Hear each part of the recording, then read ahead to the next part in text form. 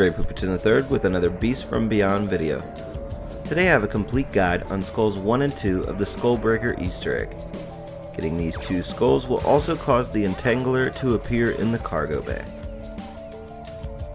To get the first skull, you must find your game's fuse box out of 3 possible spawns.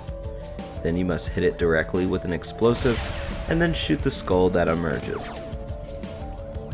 The first location the fuse box can spawn is in the flooded area right outside of spawn. It is located on the wall above the door to the med bay at the top of the stairs.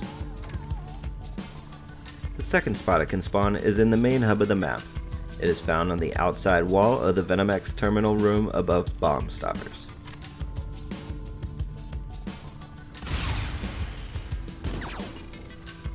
The final spot it can be is on the right after entering the cargo bay from the hall with the Proteus wall-by. Shoot your skull and you're on your way.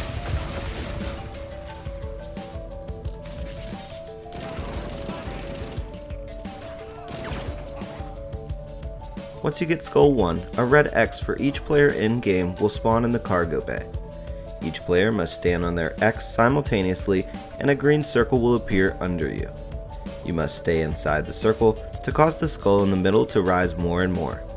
If you are pushed out of your circle, the process will end and you will have to wait until the following round before the red X's will show up again.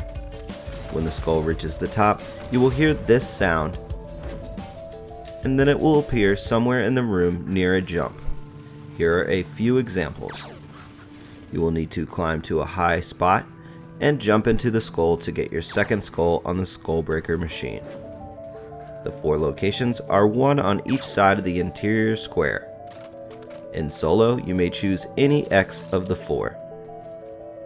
For weapons, any fully auto guns will work. Make sure to have 2 so you can avoid reloading if you have to. The Papped Kendall makes it easy as pie.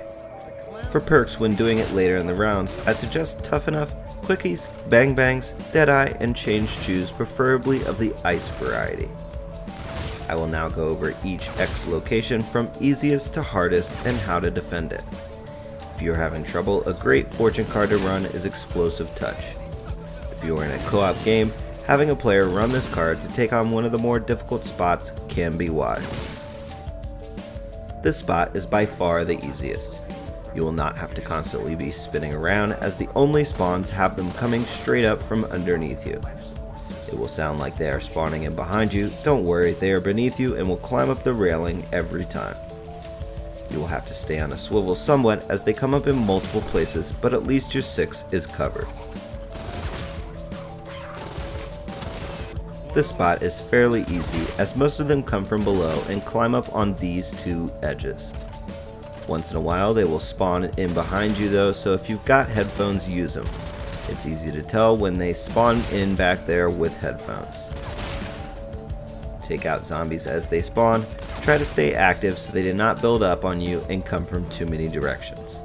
It doesn't take more than 1 or 2 good hits to knock you out of your circle or cause you to panic and overcorrect out on your own.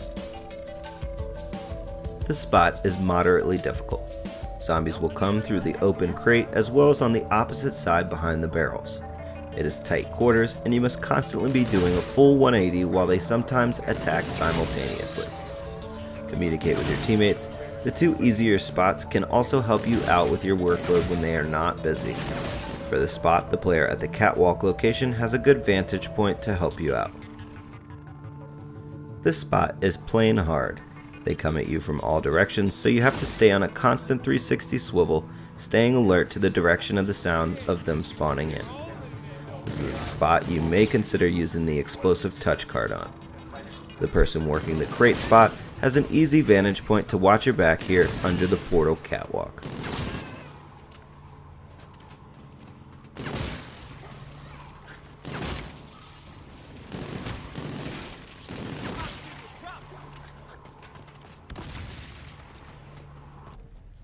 As soon as you hear the completion noise, quickly scan the room for the skull. It is on a fairly short timer and will blink out and disappear quite quickly. Jump into it, the hitbox is nice and big for once, and Skull 2 is yours. As soon as you grab it, the Entangler weapon will appear in the center of the area. This weapon will be used when charging the fuses for Pack-a-Punch, as well as during the main Easter egg. However, it is not exactly a killing machine when it comes to clearing zombies. But that about wraps up this guide to the first chunk of Skull Breaker and getting the Entangler. I hope it helped. Stay tuned for more COD Zombies videos every week. Subs and likes are appreciated. Peace!